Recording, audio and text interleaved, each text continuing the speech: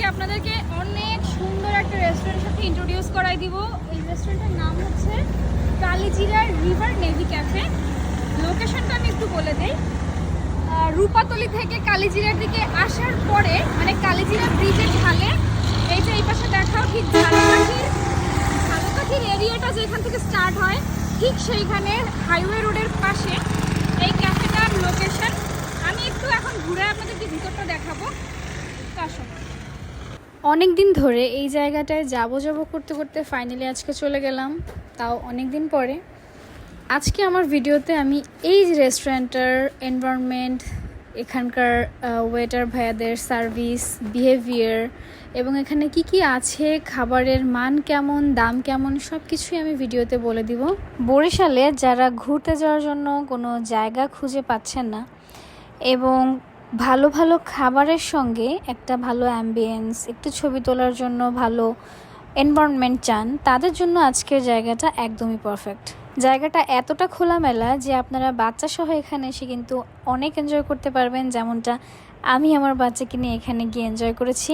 বেশ কিছুক্ষণ বাইকে ঘোরাঘুরি করার পরে যখন আমরা এই জায়গাটায় এসে থামি, তখন কিন্তু আমার বাচ্চা এখানে এত খোলামেলা পরিবেশ পেয়ে খুব আনন্দ করে, অনেক দৌড়াদৌড়ি লাফালাফি করে, যেটা আপনারা ভিডিওতে দেখছেন।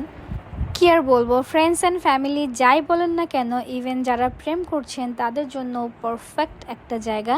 তবে যারা বাচ্চা সহ যাবেন তাদের জন্য বেসিক্যালি এই কথাটা বলছি, যদি রাস্তার পাশে মেইন এন্ট্রেন্স যেটা রেস্টুরেন্টে ঢোকার, ওই গেটটা যদি অলওয়েজ ক্লোজ করে রাখার কোনো সিস্টেম থাকতো, যে যখন যে গেস্টরা আসবে তারা গেট ওপেন করে তারপরে এন্ট্রেন্স দিয়ে ঢুকবে, তাহলে আই থিঙ্ক ব্যাপারটা আরেকটু রিস্ক কম হতো। মানে বাচ্চা নিয়ে যারা যাবে তাদেরকে একটু কেয়ারফুল থাকতে হবে যেন বাচ্চা দৌড় দিয়ে রাস্তায় চলে না যায়। এবার আসি আমরা খাবারের কথায়। আমরা অনেক কিছু অর্ডার করেছিলাম এবং এখানের ম্যাক্সিমাম খাবার ছিল 1:3।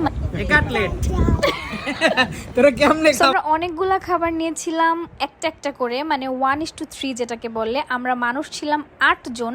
আমরা 1:3 খাবারটাই কিন্তু একদম 8 জনে মিলে খেয়েছি এবং আমাদের কোয়ান্টিটিও অনেক ছিল। আমরা একদম ভরপেট খেতে পেরেছি। ব্যাপারটা একদমই এরকম না যে 3 জনের খাবার আমরা 8 জন খেয়েছি তাই আমরা একদম কম কম খাবার পেয়েছি, বিষয়টা এরকম ছিল না।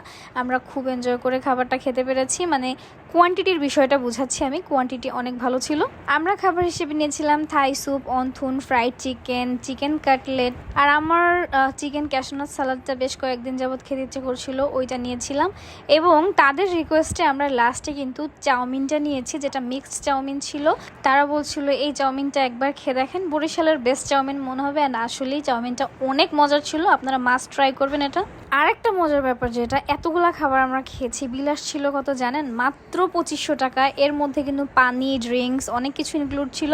একটা রেস্টুরেন্টের মধ্যে আপনারা অনেক টাইপের ড্রিঙ্কসও পেয়ে যাবেন। এখানে আইসক্রিমও ছিল, সো যারা আইসক্রিম লাভার আছেন তাদেরও কিন্তু হতাশ হওয়ার কোনো কারণ নেই।